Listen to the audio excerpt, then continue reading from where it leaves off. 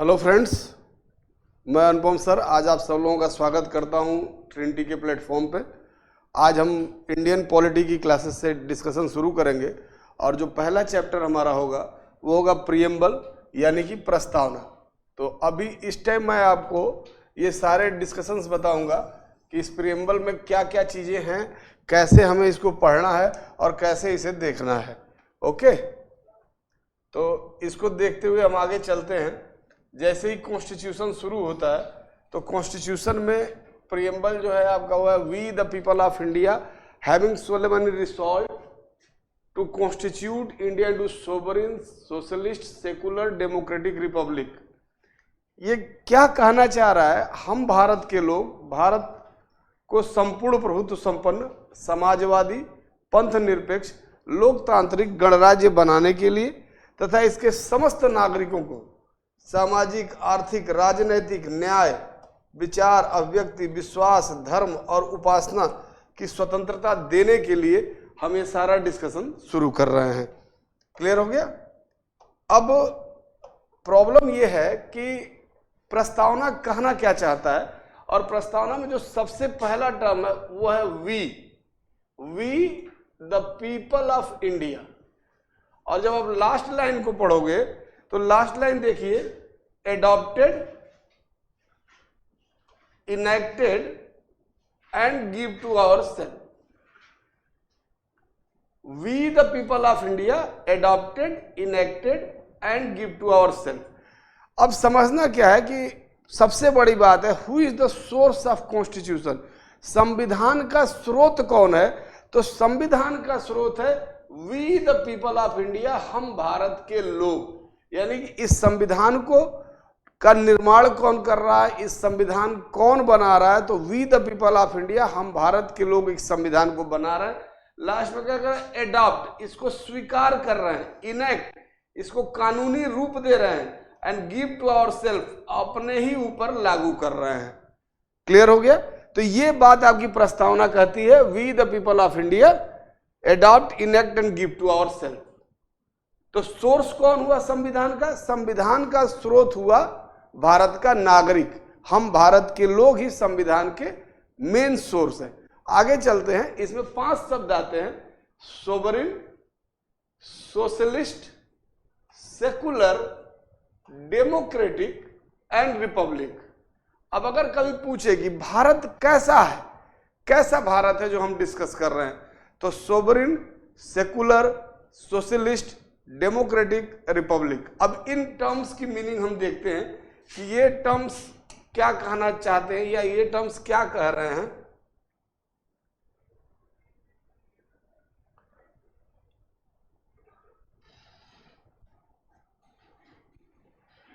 Sovereign का मतलब होता है, जैसे सोवरेन आप एग्जाम्पल में लिए, उदाहरण स्वरूप लेते हैं अगर, तो सोवरेन का मतलब होता है कि कोई व्यक्ति जो अपने आप अपना निर्णय ले। और कंट्री के रिगार्डिंग जब हम चलते हैं तो जो कंट्री अपने इंटरनल और एक्सटर्नल मामले में डिसीजंस ले सके उसको हम कहते हैं sovereign. It means free to follow internal and external decisions. देखिए आपको एक बहुत अच्छी बात बता रहे हैं यहाँ पे, अगर हम स्टेट को डिफाइन करें तो स्टेट की डिफिनीशन जब लेके चलते हैं तो एरिस्टोटल ने इसके 4 एलिमेंट बताए हैं। एरिया यानी कि क्षेत्र, पॉपुलेशन यानी कि जनसंख्या, government any type of government, चाहे वो मोनार्कियल गवर्नमेंट हो, चाहे वो आपका डेमोक्रेटिक गवर्नमेंट हो, डिक्टेटरशिप हो, कोई भी फॉर्म होना चाहिए गवर्नमेंट का। और 4th टर्म है सोवरेन या सोवरनिटी। इन 4 को मिलने के बाद ही स्टेट कॉन्स्टिट्यूट होता है। क्लियर हो गया? अब अगर बिफोर इंडिपेंडेंस हम जाए 1947, 15 अगस्त 1947 के पहले हम जाए तो भारत का क्षेत्र था, पॉपुलेशन भी थी, अंग्रेजों की ही सही गवर्नमेंट भी थी, क्या नहीं था? सोवरनिटी नहीं थी। यानी कि हमारे बारे में जो निर्णय था वो कौन लेता था? हमारे बारे में निर्णय ब्रिटिश क्राउन लेता था, न कि हम लेते थे। अब 15 अगस्त 1947 के बाद और 26 जनवरी 1950 के बाद क्या हुआ? 26 जनवरी 1950 को जब हमारा संविधान लागू हुआ, या 26 नवंबर 1949, 26 नवंबर 1949 को जब इस संविधान को हमने स्वीकृति दी, तो वहां से भारत किस में बदल गया? भारत एक संप्रभु देश में बदल गया कि अब भारत अपने सभी आंतरिक और बाह्य मामलों में निर्णय लेने के लिए स्वतंत्र है। तो ये आ गया आपका सोवरेन। क्लियर हो गया? दूसरा आता है सेकुलर। सेकुलर का एक बड़ा सिंपल सा डिफिनीशन है कि सेकुलर का आप कह सकते हैं कि एक ऐसा देश जिसका कोई धर्म ना हो, यानी कि देश का धर्म नहीं, उसको हम धर्मनिरपेक्ष राज्य कहते हैं। यानी कि राज्य, अब सेकुलरिज्म को लेके आगे हम बहुत डिस्कस करेंगे वो मेंस में, यहां चूंकि हम प्रस्तावना के हिसाब से चल रहे हैं, तो सेकुलर के लिए आप ऐसा समझिए कि आपको 4 तरह के राज्य समझने पड़ेंगे। पहला कौन होगा? एक राज्य होता है, एक तो हो गया धर्मनिरपेक्ष राज्य, सेकुलर को धर्मनिरपेक्ष या पंथ निरपेक्ष पढ़ते हैं हम। दूसरा राज्य जो होगा धार्मिक राज्य,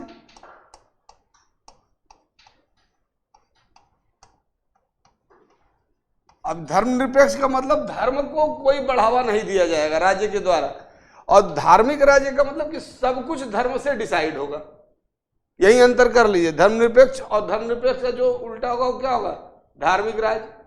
फिर तीसरा जो था अधार्मिक राज्य, जो धर्म को मानता ही नहीं है, बल्कि ये कहिए कि धार्मिक राज्य का उल्टा क्या होगा? अधार्मिक राज्य। जैसे जितने भी कम्युनिस्ट कंट्री मिलेंगे, साम्यवादी, रसिया, चाइना, ये धर्म को सप्रेस करते हैं, इनके यहाँ धर्म नहीं माना जाता, ये अधार्मिक राज्य है। क्यूबा, और इसके अपोजिट जो मिलेगा जहां सब कुछ धर्म के हिसाब से चलेगा, वो धार्मिक राज्य हो जाएगा। जैसे वेटिकन सिटी, पोप का जो राज्य है इटली के अंदर। और तीसरा होगा धर्म प्रभावित राज्य।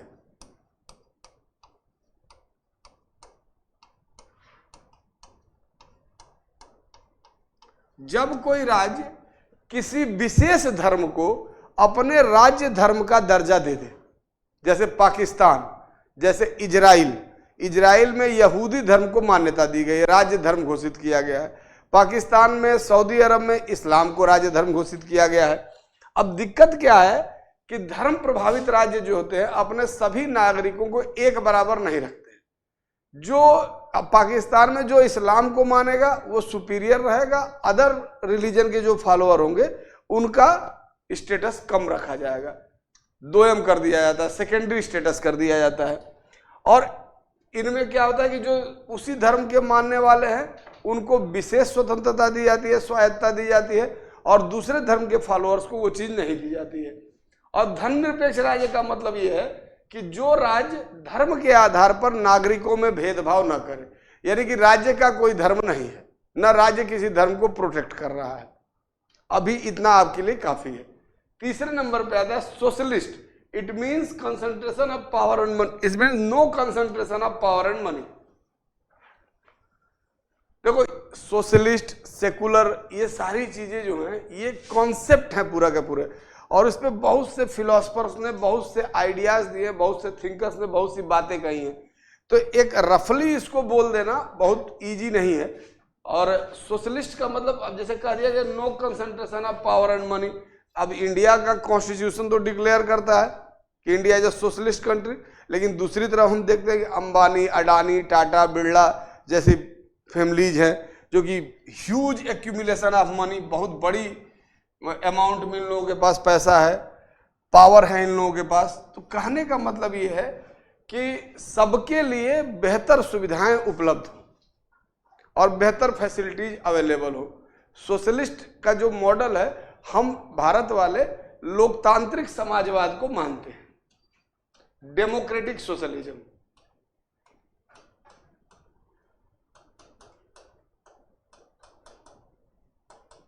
डेमोक्रेटिक सोशलिज्म का मतलब ये होता है कि साम्यवाद जो कार्ल मार्क्स ने कहा था कि दुनिया के मजदूरों उठो और क्रांति कर दो, हत्या कर दो, मर्डर कर दो, अमीरों की संपत्ति लूट लो, तो हम उसको नहीं मानते हैं। वो साम्यवाद का रूप है, या यूरोपियन समाजवाद उसको कहा जाता है।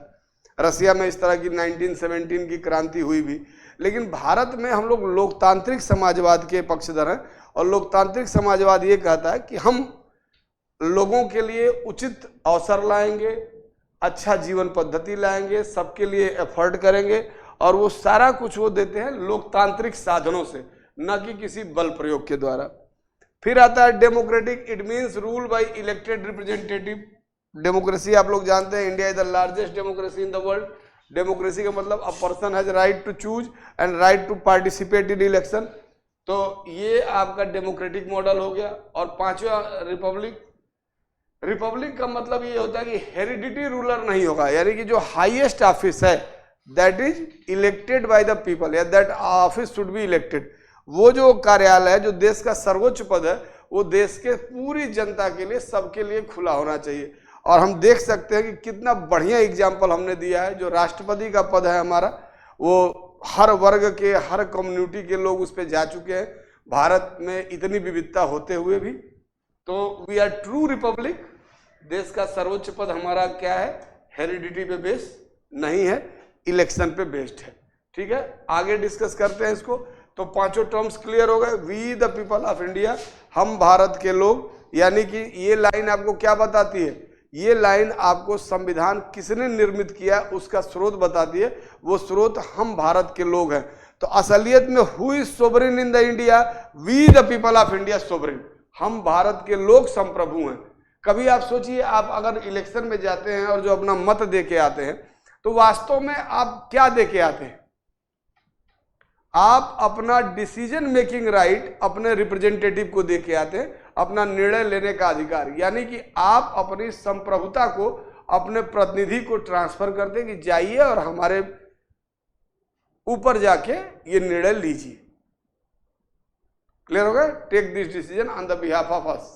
तो we the people of India, last line आपको बताते हैं, adopted, enacted and give to ourselves. Adopt का मतलब हो गया हम इसको स्वीकृत करते हैं, इनेक्ट का मतलब हो गया हम इसको कानूनी रूप देते हैं, और गिव टू आवरसेल्फ हम अपने ऊपर ही लागू करते हैं इसको। यानी कि संविधान हमने बनाया और अब हम इस संविधान से गवर्न होंगे। और उसके बाद हमने भारत के राज्य व्यवस्था के 5 महत्वपूर्ण शब्दों पर चर्चा की। Sovereign, secular, socialist, democratic, Republic. संप्रभु, धर्मनिरपेक्ष, समाजवादी, लोकतांत्रिक, गणराज्य। संप्रभु का मतलब हो गया भारत अपने सभी आंतरिक और बाह्य मामलों में निर्णय लेने के लिए स्वतंत्र है।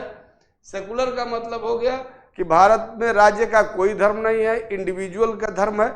आप व्यक्तिगत स्तर पे किसी भी धर्म को मान सकते हैं और आपको मौलिक अधिकार के रूप में दिया गया, राइट टू कन्वर्जन भी है आपको। आप अगर किसी धर्म में परिवर्तन चाहते तो आप कर सकते हैं on the basis of conscience, अपने अंतः चेतना के आधार पे। फिर सोशलिस्ट की चर्चा की गई। सोशलिस्ट का मतलब है कि हर व्यक्ति के लिए एक अच्छा जीवन सुविधा उपलब्ध कराया जा सके और लोकतांत्रिक साधनों के माध्यम से। पुनः democracy, every person has right to participate in vote and right to vote. सबके पास लोकतांत्रिक अधिकार है, चुनाव में भाग ले सकते हैं, मत दे सकते हैं। और पिछले 75 साल में हमने इस चीज को बहुत खूबसूरती से रिप्रेजेंट किया है। हर जाति, धर्म, वर्ग के लोग शासन में आए, जो कि हम एक मैच्योर लोकतंत्र की तरफ, एक अनुभवशाली लोकतंत्र की तरफ बढ़ रहे हैं। रिपब्लिक का मतलब होता है कि जो सर्वोच्च पद है देश का, वो ऑफिस निर्वाचित होना चाहिए, किसी आनुवंशिक आधार पर नहीं होना चाहिए। तो हमारे देश का जो सर्वोच्च पद है वो राष्ट्रपति का पद है, जो कि निर्वाचित है। क्लियर हो गया? अब आगे चलते हैं।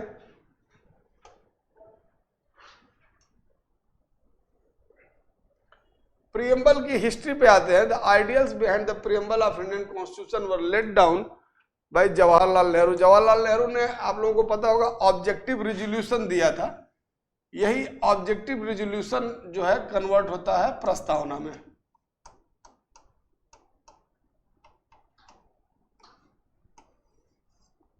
adopted by the Constituent Assembly on January 22, 1947।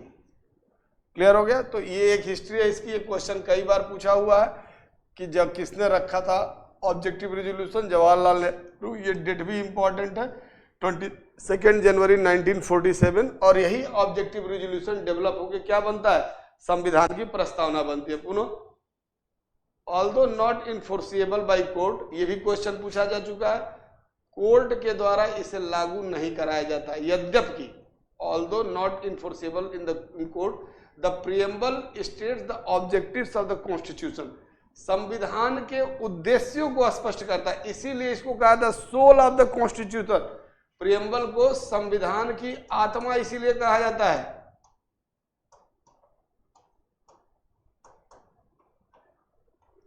किसी भी संविधान के क्या लक्ष्य रखे गए हैं वो उस संविधान के प्रियम्बल को पढ़ के आप समझ सकते हैं।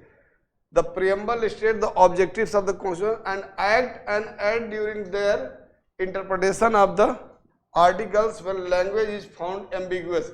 जब भी भाषा संदिग्ध होती है कि कुछ चीज स्पष्ट नहीं हो पा रही है तो उसको हम प्रस्तावना के माध्यम से स्टडी करने की कोशिश करते हैं कि रियल में प्रस्तावना का विल क्या है, प्रस्तावना क्या प्रेजेंट करना चाहता है, इसी बेसिस पे हम इसको डिसाइड करते हैं। यानी कि प्रस्तावना इतना महत्वपूर्ण है, संविधान की आत्मा ऐसे नहीं कहा गया है इसको। फिर आते हैं स्टेटस ऑफ प्रियम्बल।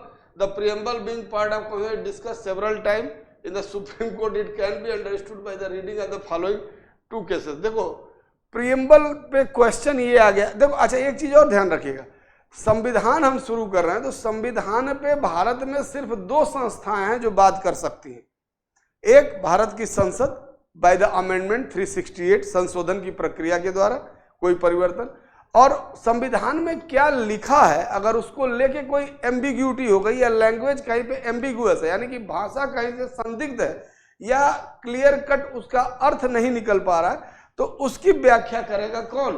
उसकी व्याख्या करेगा सुप्रीम कोर्ट। तो बेरुबारी केस में ये मामला गया सर्वोच्च न्यायालय में। Through the court state that the preamble is the key to open the mind of the makers. इस लाइन को रख लीजिएगा, ये लाइन भी पूछी गई है एग्जाम में, key to open the mind makers. But it can not be considered as part of the constitution, therefore it is not enforceable in court of law।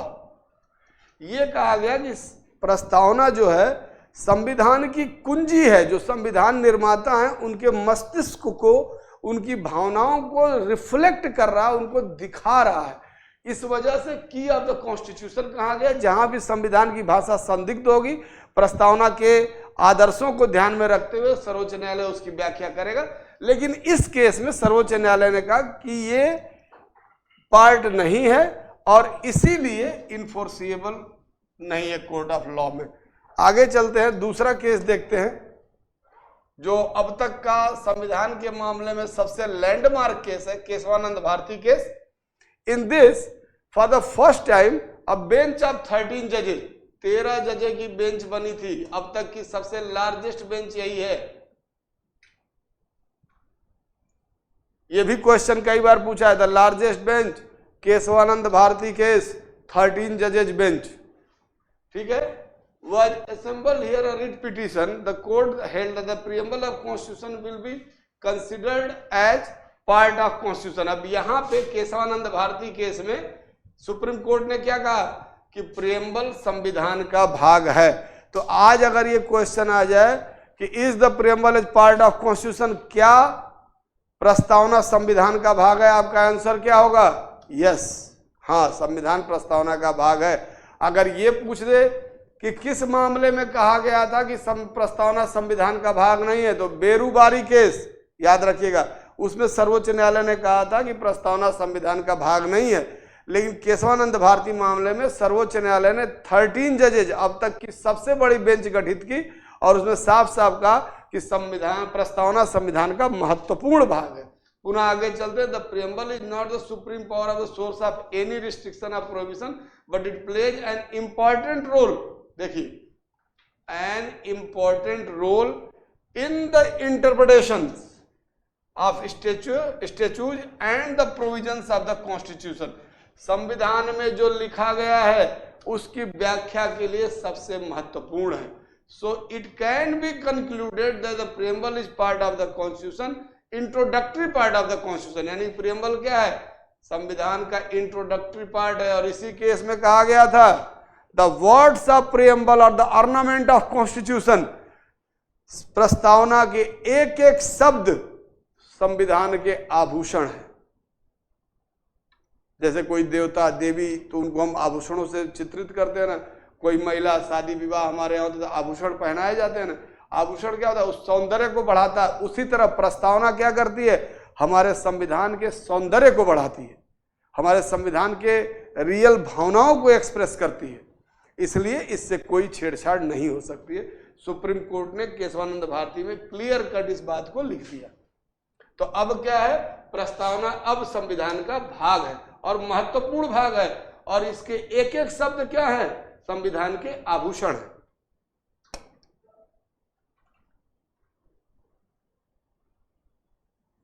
एक और केस आया, union government versus LIC of India 1995।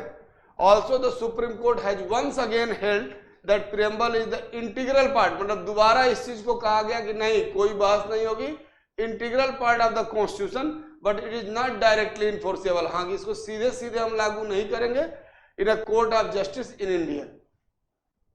Enforceable नहीं है, लेकिन part है उसका। Clear हो गया, आगे बढ़ते हैं।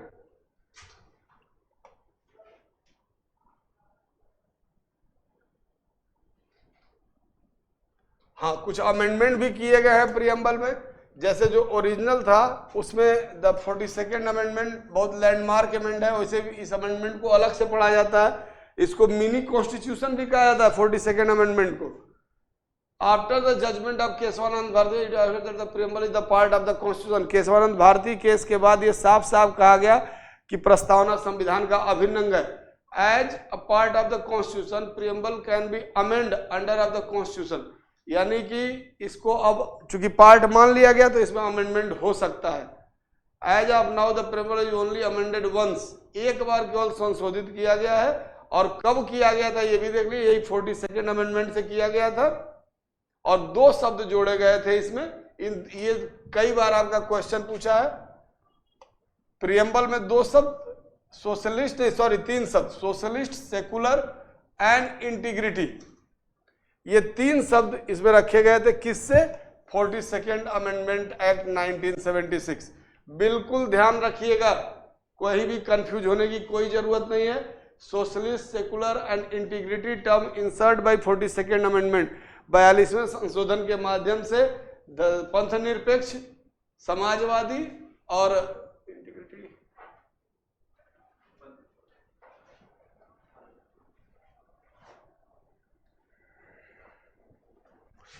ये 3 शब्द सोशलिस्ट, सेकुलर और इंटीग्रिटी एक साथ जोड़े गए। Socialist and secular were added between the sovereign and democratic. Unity of the nation was changed at the unity and integrity, अखंडता। तब से मैं याद कर रहा था, इंटीग्रिटी मीन्स अखंडता, एकता और अखंडता शब्द इस नोटेशन को चेंज किया गया, ये यहां रखा गया। क्लियर हुआ? इस तरह से इसको एक बार अब तक 42nd अमेंडमेंट से प्रियम्बल को अमेंड किया गया and 3 new terms insert in the constitution in preamble, socialist, secular and integrity, Samajwadi, पंथ निरपेक्ष, अखंडता, ये 3 शब्दों को संविधान में की प्रस्तावना में सम्मिलित किया गया। पुनः आगे बढ़ते हैं।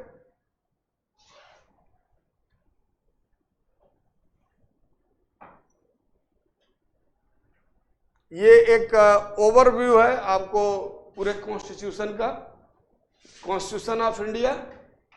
इसमें टोटल 25 पार्ट्स हैं। प्रियम्बल अभी आपको बताया केशवानंद भारती केस से इसको एक्सेप्ट किया गया। आर्टिकल 470 टोटल आर्टिकल्स हैं, 12 शेड्यूल हैं, 106 अमेंडमेंट अब तक हुए हैं, 5 अपेंडिक्स हैं। मेजर जो पार्ट्स हमको पढ़ने हैं, fundamental rights, DPSP directive principle of state policy and the fundamental duties, मौलिक कर्तव्य, ये सारी चीजें हैं। कुछ चीजें स्लाइड में नहीं है, जैसे जब प्रियम्बल को लेके हम डिस्कशन पे चलते हैं तो यहाँ पे इसको देख लेते हैं, डिस्कस करते हैं।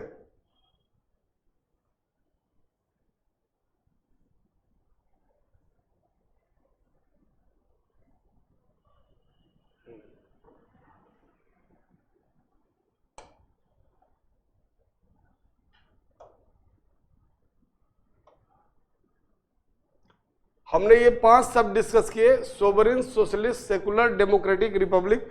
फिर हमने यहां डिस्कस किया था adopt, enact and give to our sales.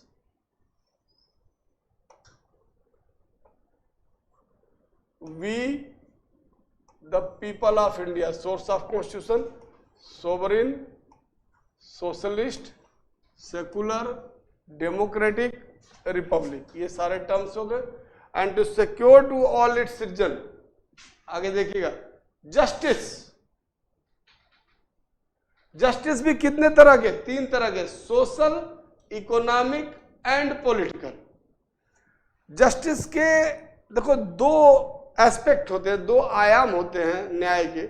एक होता है लीगल जस्टिस, जैसे आपस में कोई झगड़ा करे और न्यायालय के माध्यम से जो जजमेंट दिया जाए, एक वो जस्टिस हो गया। लेकिन यहां पे जो जस्टिस को दिखा रहा है दैट इज डिस्ट्रीब्यूटिव जस्टिस, कि समाज में क्या अवेलेबल है इस चीज को रिफ्लेक्ट करता है। सोशल मतलब कोई सोसाइटल डिस्क्रिमिनेशन ना हो, कोई भेदभाव ना हो, लोग आपस में मिलजुल के रहें। इकोनॉमिक मतलब equal pay for equal work. और political justice 1 person 1 vote 1 value, एक व्यक्ति एक मत एक मूल्य। अगर भारत के प्रधानमंत्री मुकेश अंबानी या एक रिक्शा खींचने वाला आदमी कोई भी अगर जाके वोट देता है तो उसका वोट क्या काउंट होता है? 1। The best example of political equality. Economic equality, कोई डिस्क्रिमिनेशन नहीं होगा, equal pay for equal work, एक जैसे काम के लिए। अब ऐसा नहीं कि अगर पुरुष काम करेगा तो ज्यादा मिलेगा, महिला काम करेगी तो कम मिलेगा, नहीं जी। Equal pay for equal work, economic justice. Social justice, समाज में किसी तरह का भेदभाव ना हो, जो पिछड़ा वर्ग है उसको विशेष प्रोटेक्शन भी दिया जाएगा। लिबर्टी, स्वतंत्रता दी जाती है। स्वतंत्रता कितने तरह की दी गई है? Thought, expression, belief, faith and worship. विचार, अभिव्यक्ति, विश्वास, धर्म और उपासना की स्वतंत्रता दी गई है भारत के हर नागरिक को। फिर equality of status and opportunity, सबके स्टेटस और अवसर दिए जाएंगे, सबका सम्मान किया जाएगा, डिग्निफाइड बिहेवियर होगा, हर व्यक्ति के साथ मर्यादा पूर्ण व्यवहार होगा। ये हमारा इंश्योर करता है प्रियम्बल, हमारी प्रस्तावना इस चीज को स्थापित करती है। तभी आपसे कहा था मैं कि केशवानंद भारती केस में क्या कहा गया? प्रस्तावना के शब्द संविधान के आभूषण है।